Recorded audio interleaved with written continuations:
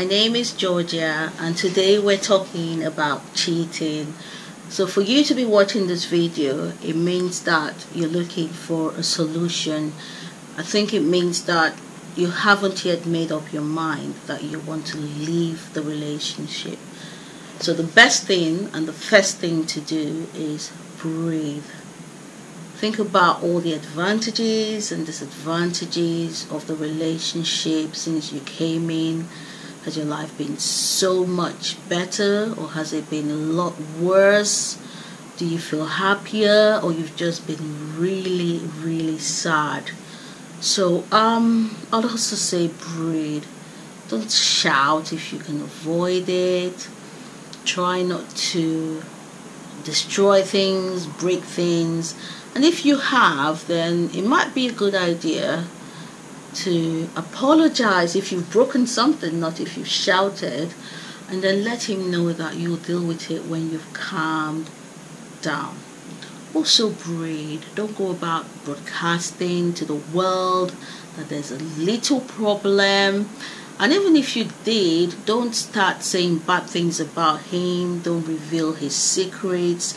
Don't try to make him look like a bad person. The reason for this is that if you make him look like a bad person and then you reconcile, you look really stupid, especially when your friends start asking you if everything's okay. So it's not really a good idea.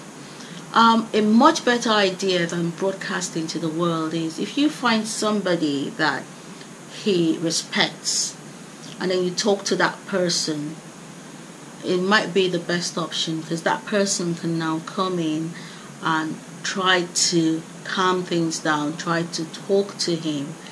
And now if he's a boyfriend and not a husband, it's kind of different how best to treat it. Now if he's a boyfriend, he's apologized, he's sorry, and he's even denying it, he's really worried about your reaction, then don't write him off totally. But it just means whatever his reaction is, you have to start thinking about your options. You have to start realizing that you don't have any agreement with this person. You just have a verbal agreement. It's not in paper. It just means that if you find somebody else who's more serious, who's more interested in you, then it's best to move on. But that's if it's a boyfriend.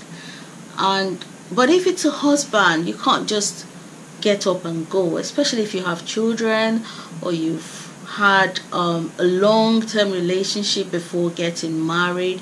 You should give it time. It's very important. Some people say cheating will make you feel better. That's as a payback, you go and cheat as well. But I don't think so, because if you go and cheat, then you've lost your moral high ground. You won't be able to confront him, and it just makes your relationship a kind of free-for-all, like anyone can do what they like. It just goes from being a proper relationship to an open one where anybody can cheat and it's not really a problem. So that's not an option. But I think you should do something about it. You should do something. I don't think you should confront the lady. No. She has no business in your relationship. The only time you should confront the lady, or even consider talking to her or fighting her or biting off her head or whatever, is if she's your friend, like if she's your relative, or if she was somebody you introduced to your husband or to your friend. And of course you should confront her. How to go about that is a totally different topic that we'll deal with in another video. Then I think the best way to handle cheating, if you decide that you're going to stay with him, is make him pay for this cheating. I mean, don't just shout about it, get angry, tell the world, and then just forgive. Let him pay. He has to give up something that's important to him. Money. Yeah, I think money makes us all feel better. What I mean by money, let him spend some amount that would really pinch his pocket, not just buying you flowers. I mean, how much are flowers? Let him buy you something that would really affect his finances, even if it's not something you need, even if it's not something you really like, but something that will make him remember that it's an expensive business to cheat. And if after everything you still feel that you don't want to stay in that relationship, that it's enough, that the disadvantages are too many, that you're miserable, then it's best to walk away with dignity. Dignity in the sense that you don't have to start broadcasting to everyone, as I said before. Just walk away nicely. And if it's in marriage, make sure you have a good lawyer that would get you something out of the relationship. Don't leave empty-handed just because you're upset. But remember that if you decide to walk away, it's a bold step, and I respect anybody who is brave enough to make that next move.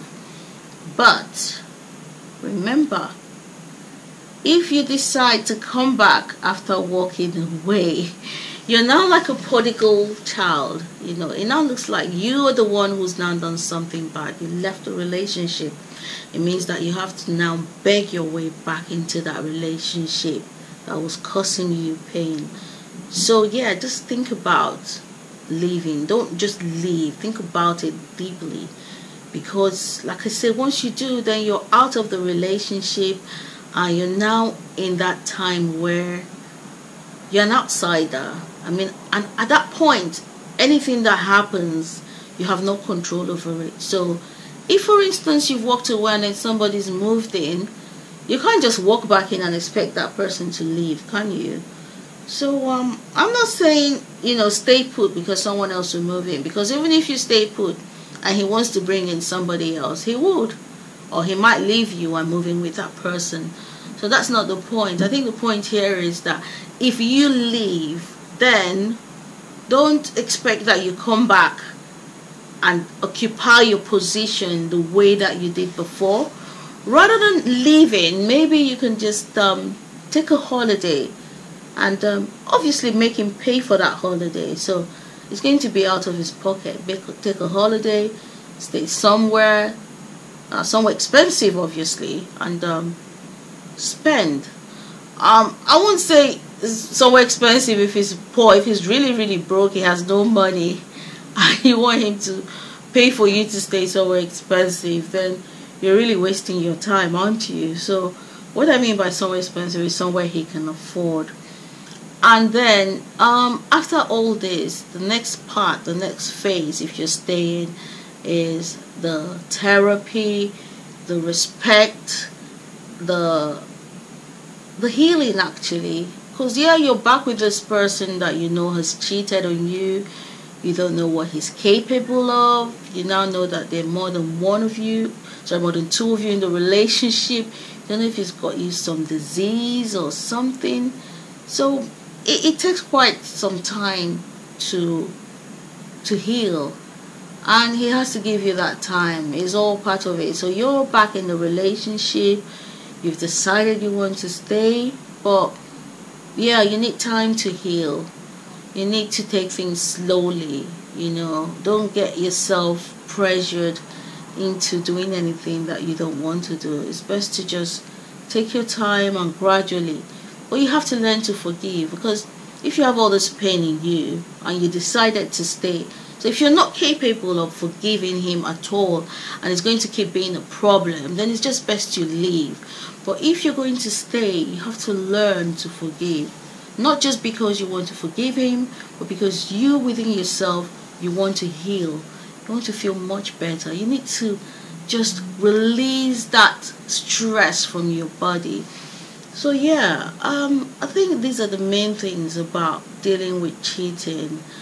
And that's it really for now. I will also be making another video where I'll be talking about how to confront cheating, which is quite different from what you would do after you found out. So when we're talking of confronting cheating, we're talking about how you're going to let him know that you know he's cheating.